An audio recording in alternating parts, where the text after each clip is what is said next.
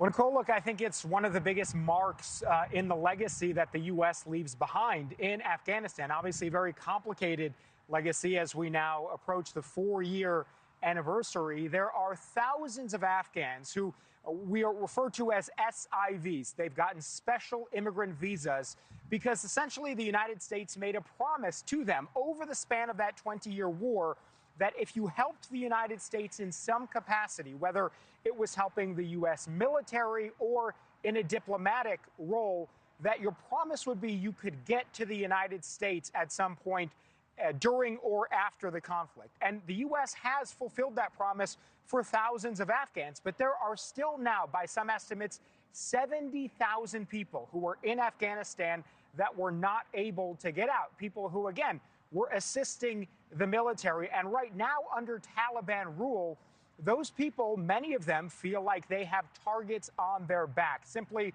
because they aligned with the American interests during the war. And that's what you hear from advocacy groups. That's what you hear from people who did make it out to the United States, but who have people who are still in Afghanistan. And so we talked to one person who we're only going to identify by her first name. Her name is Fazila, and she spoke to us about her specific story. She was working in a diplomatic way in her job alongside USAID that earned her an SIV. And she talked about, in her words, the terrible day that the Taliban walked into Kabul and took over 4 years ago in 2021. She remembers it. She remembers seeing chaos outside of her office, describing people going home, unsure of their future. 2 months later, she says she was able to finally get on a plane, get to Pakistan, and eventually got to the United States. But her family, like many SIVs who received that benefit and got to the U.S.,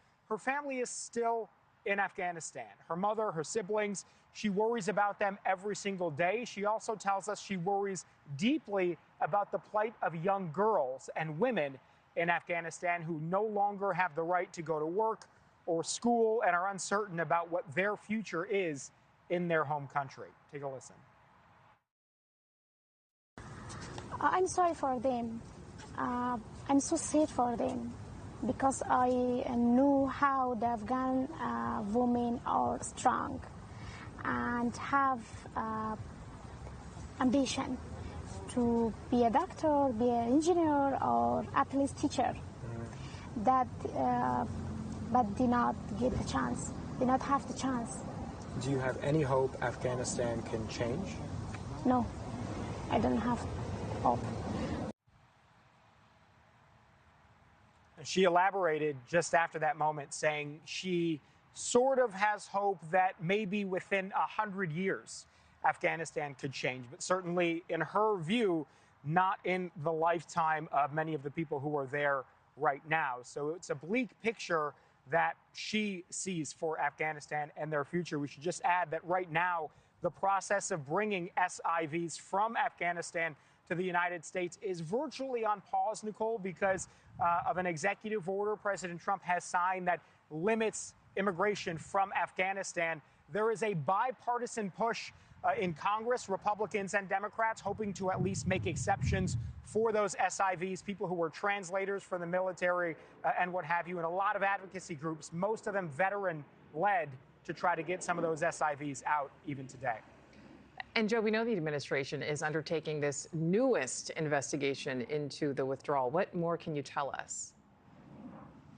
Yes, Secretary Hegseth promised to the families of the 13 American the service members you put up here who were killed in the blast. When they were at the White House, he said they will continue to do further investigation into the decisions that were made during the withdrawal. He says sometime in 2026, he expects that it will be over. It's going to be led by Sean Parnell, who's currently the spokesperson for the Pentagon. So it's a promise that the Secretary of Defense has made to those Gold Star families. And obviously, we will continue to follow whatever that investigation turns up. There have already been 2 or 3 investigations already, but he says this is one that they will continue to probe into what happened.